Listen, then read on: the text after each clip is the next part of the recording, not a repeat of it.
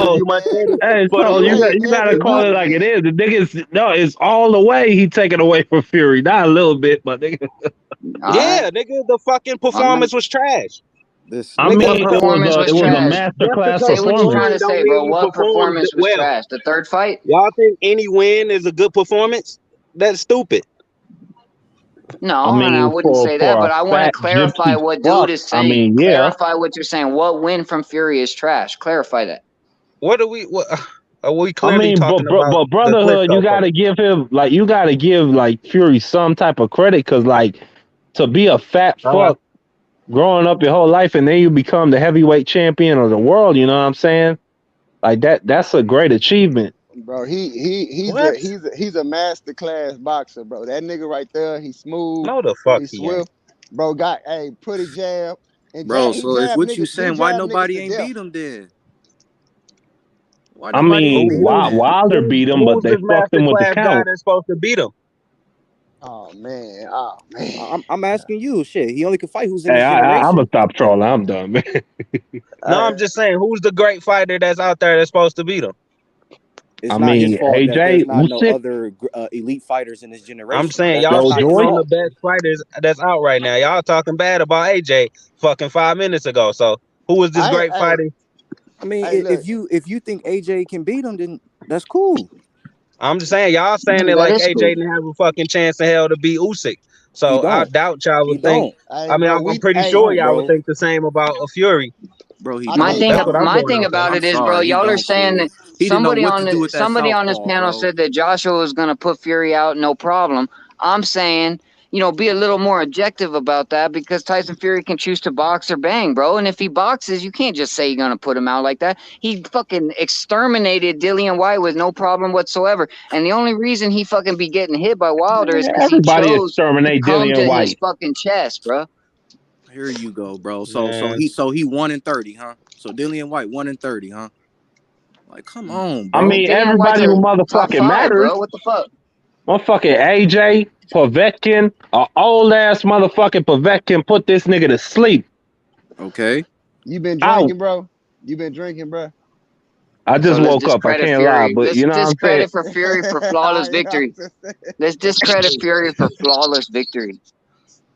I'm saying his I best mean, win Mark, is when you over a fight the guy that, elite, that's what happens, Mark. everybody fucking You agree win that some, you Wilder lose can't some. box, right? That's what everybody says his whole career. Wilder's a hype job. He can't Mark, how box. many all-time Wilder looked greats like are shit in the undefeated? third fight too, bro. He How fought many with all-time heart, greats but it was the How undefeated, same many Mark? story. all-time greats undefeated? Yeah. Look, Wilder got Floyd, the Calzaghe. highest knockout percentage of any That's it. heavyweight boxer. Exactly. Wilder a beast, dog. But at Oh, the end of the Rocky day, bro, in Marciano. that third fight, he didn't show. He gave us That's one my point, round, Mark. When you fight the elite, you're of gonna win showing his some, you're gonna dimensions, lose bro. some.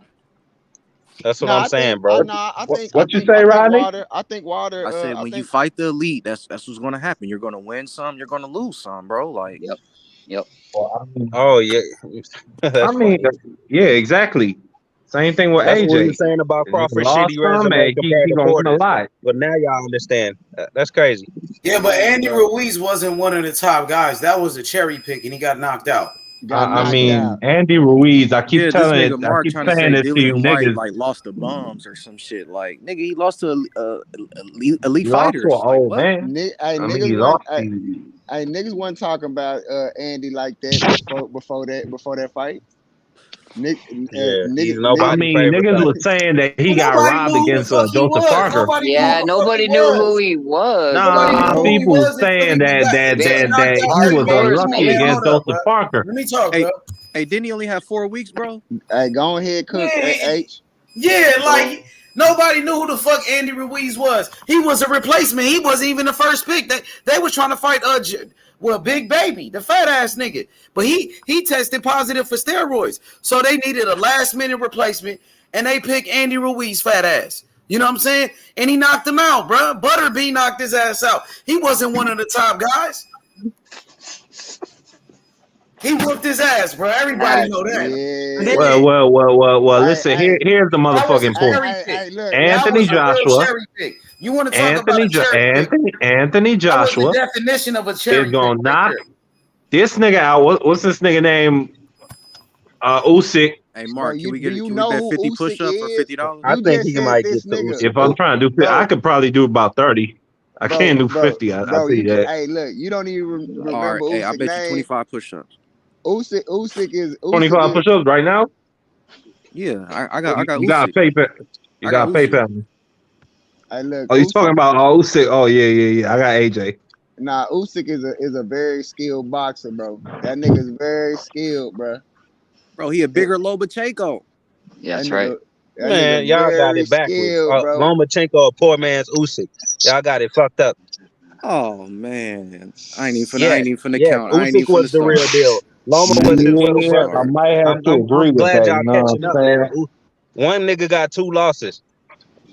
Bro, Yeah, but what I Lemonchenko been just in tell there Mark? with a lot of What I different just tell dudes, Mark, bro? bro. When you fight the elite, Man, that's gonna happen. Man, I just don't like none of these niggas. If I'm being Okay, honest with you, I really Brotherhood. Can don't I give a ask you the fuck same about question none of I asked these. Mark? How Bro, many all-time greats are undefeated? Usyk. I was having the same conversation. I was having the same Like, come conversation. on, bro. It's only about 4 of them that I could think of. My point is, you're going to Hey, lose. You're going to the lose some. point, You're going to win some. Usyk has That's my surpassed point. Loma. If you don't think so, nigga, you crazy. I'm No, like in I the agree. middle with that, bro. Like Usyk got that Usyk got that heavyweight title, and you got to give it up to that. But you can't. I mean, Lemonchenko been in some big fights. Two My You know what I'm neck, saying? so What fight that's bigger all than he needs. AJ than Loma? He the What? heavyweight champion of the Usyk fucking is a two world. That's division. all he Right. motherfucking needs. What fight Loma been in that's bigger than fucking Yeah, maybe I'll AJ? lean that way. Maybe I'll lean that Exactly. way. Usyk Maybe a I'll lean two that way. division I'm not What the saying. fuck? 100 years. Hey, Soul, did you notice 100 years ago, the heavyweight champion was viewed in the same prestige as the president of the United States, my nigga? This nigga Usyk, I he get don't where need you're shit going else. with that. I get where you're going with He that. a But two he a the two divisional heavyweights, champ. bro, have just gotten hot over the last 10 Bro, years, nah, bro. he's Klitschko a kept that shit See, in fucking he's limbo a for two. fucking Crawford 10 move years, up and bro. do the same Hey, shit, and bro, y'all niggas praise him. he a two Usyk do the divisional shit, and champ. y'all niggas like, it's nothing. It's just some normal shit. Y'all niggas Usyk, kill me, bro. Hell nah, that's the hey, heavyweight bro, title. Usyk is I a got two Usyk. divisional I got championship, Usyk. bro. Number one pound for pound. Usyk is When a two divisional champion, bro. Like he ain't just go to heavyweight. The nigga was in light heavyweight, did his thing, and then he moved up to heavyweight. No, Nah, you thinking of Usyk's a pound for Holyfield. pound fighter, bro. Usyk's a pound Yeah, for pound fighter, bro. You yeah. can't just fucking you can't whitewash Lemonchenko at the times, bro. No, Before he lost to I Lopez, didn't bro. say that. I You know what I'm said saying? Loma is a poor man's Usyk, nigga. Usyk is his fucking Hey, Usyk superior, Brotherhood. nigga. Roy Jones don't Usyk agree with superior. that. None. Loma got his fucking style from Usyk, nigga. That's how it went. Hey, Roy Jones. Hey, I Roy believe Jones it. don't different. agree with that. None. Hey, look, I'm Usyk just that's different, all bro. I'm saying. Niggas used to have it twisted and think Loma was that guy with that style and he was the superior. Nah, Usyk obviously showed y'all who's superior. One nigga undisputed. Loma ain't. No, and I think you're fair to say that now, but at the time it was Lemonchenko who was relevant, to whereas that's Usyk my was point. coming along. Now we know that. I agree with Well, you. Now we know that. I don't know. Yeah, I But that's come all on, I'm I bro. saying. disagree. I'm just Wait. updating the people. Hey, I'm just wait. updating the people. But I disagree because Usyk Ben had the little name in boxing, bro. Like he did his thing in light heavyweight. Wasn't he a gold medalist as well? Yeah, Yeah, like he's a yeah, gold That's what I'm medalist. saying. yeah. So They, nah, it ain't. I mean, they both Yeah, had a you got to get name, your bro. It yeah, just, yeah. it just. I'm a go. I'm No, I'm a sorry. Usyk Loma a fan, poor so man I Usyk. I'm completely sorry. understand what you guys are saying. I'm a Usyk fan. Like Loma's a poor man some Usyk, people bro. had Usyk on pound for pound before he ever fought Joshua. A lot of people had him on a pound for pound before he ever fought Yeah, Joshua. he So I was get what you're saying, undisputed. bro. Yeah, It's man. like Usyk is Mike Tyson and fucking Loma is like Isaac Cruz. Yeah. See, I look. I don't. Joshua. I don't know. I don't even know what it is, bro. I just don't think he's that guy. I don't. I don't, man. Like, AJ, yeah, I don't think AJ that guy, bro. But like, cause I can see Usyk. He beat AJ already. I think he'll beat him again. But I can't see Usyk beating Fury or Wilder. I feel confidently that we think Usyk would have the higher probability of beating Fury over Joshua or anybody else. Like Usyk be the one. I think so. He I too think right? so small. because Fury knows how to box him. Joshua can be outsmarted, bro. Usyk, that's a different kind of fight for Fury, bro. That's But the no, one bro, dude, bro. no, he too small, bro. He's way too small for. There's that. He's Fury's got way that too advantage or small, bro. whatever. But fucking Joshua way bigger than Usyk, and that didn't matter at all, bro. That He the boxing same ability. size as Otto Look, Wallen, ain't he? hey, But Fury's a better. AJ Fury, and Fury is two different skill sets. yeah, So you yeah, know what I'm saying? Yeah. yeah, I think yeah, and Fury those are good taller than. points. It's all good points, bro. Yeah, Fury is taller than AJ, and he box better. So nah, hell I'm nah. saying Keep him out of on the who? And Who I Fury think could Fury's keep him on the end of hands that who slightly jab. I'm not boxing sitting faster. here ability saying is even Usyk close to beats him. Usyk?